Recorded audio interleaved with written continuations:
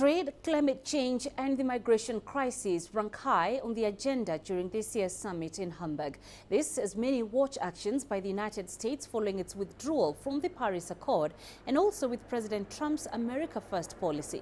During the summit Saturday, US President Donald Trump met British Prime Minister Theresa May and said he hoped the United States can quickly seal a bilateral trade deal with the United Kingdom. Trump told reporters that the two countries were working on a trade deal as he met with May on the sidelines of the G20. During meetings, the countries also urged the importance of a ceasefire in eastern Ukraine under the Minsk Accord. Let's get you an update on the summit. CGTN's Natalie Kani joins us from Hamburg. Natalie, leaders attending the G20 summit are facing a difficult task of forging a consensus on a number of global issues. What more can you tell us about this?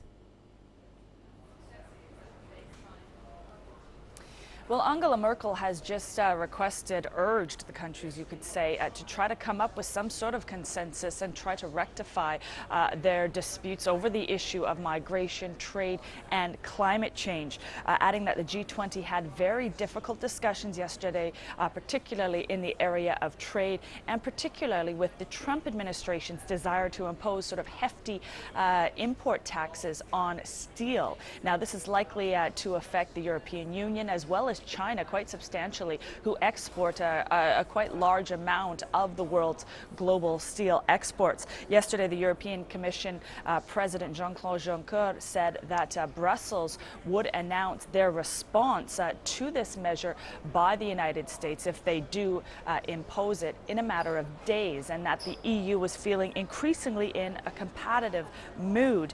Leaders were also very far from coming up to any sort of consensus on the issue of climate change. Again, President Trump's, the Trump administration's position in that regard really is isolating them away from the greater group's sort of desire to stick to their environmental commitments. Trump, of course, has withdrawn the United States from the Paris Accord, and also adding to that is China's position in regards to the climate change. China has said that they will not sign any environmental protectionist communique without the U.S. Being included within that. So a very, very complicated set of discussions in that regard. So it'll be very interesting when that final communique is released later today and how it does address both those issues. But Angela Merkel is not giving us any illusions that these talks are by any means easy.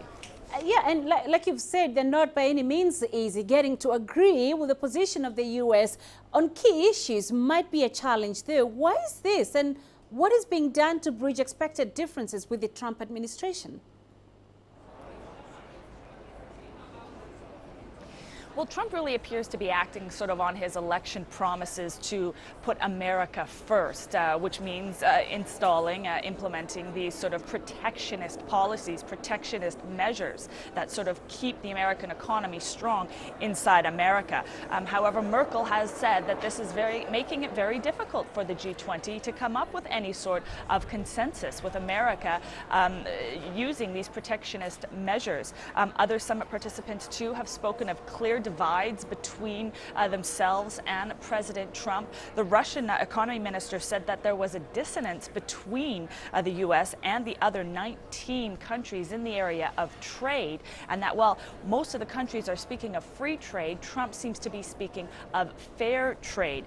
The BRIC countries, China, Russia, Brazil, and India have also criticized Donald Trump for his position in climate change. So a lot of tense moments in the last 2 days of talks. German officials are said to have worked throughout the night to try to come up with some sort of statement, a broad enough statement that would not be sort of dismayed or dismissed by the United States. What we are expecting is that the result means that many of the policies will be quite diluted in nature. And how is the security situation at the summit in the wake of anti-globalization protests in Hamburg? Oh, those protests really have been taking the spotlight, many throughout the last 2 days of discussions. Police numbers have increased across the city. Initially, when the G20 opened, it was 15,000, then it was increased to 20,000, and now they've even asked for more backup from across the country. And this is largely in anticipation of what protesters are calling the 100,000-man march today through the city of Munich. Again, this is all part of the Welcome to Hell demonstrations that protesters have been putting on for the last few days for the dignitaries, for the world leaders. Those have escalated in nature with police using tear gas, water cannons on protesters to try to dispel protesters. And we've even heard that yesterday, in a very rare show of power, Germany has even called in their army to try to settle crowds that were protesting in the center of the city. Over 160 police officers are said to have been injured in all these protests. More than 50 people arrested. So it's been a very active day, 2 days, 3 days even, leading up to this G20 summit on the streets of Hamburg. And today, with this 100,000-man march, it looks like it could be even more interesting as the day moves on. Natalie Hukani joining us live in Hamburg. Thank you.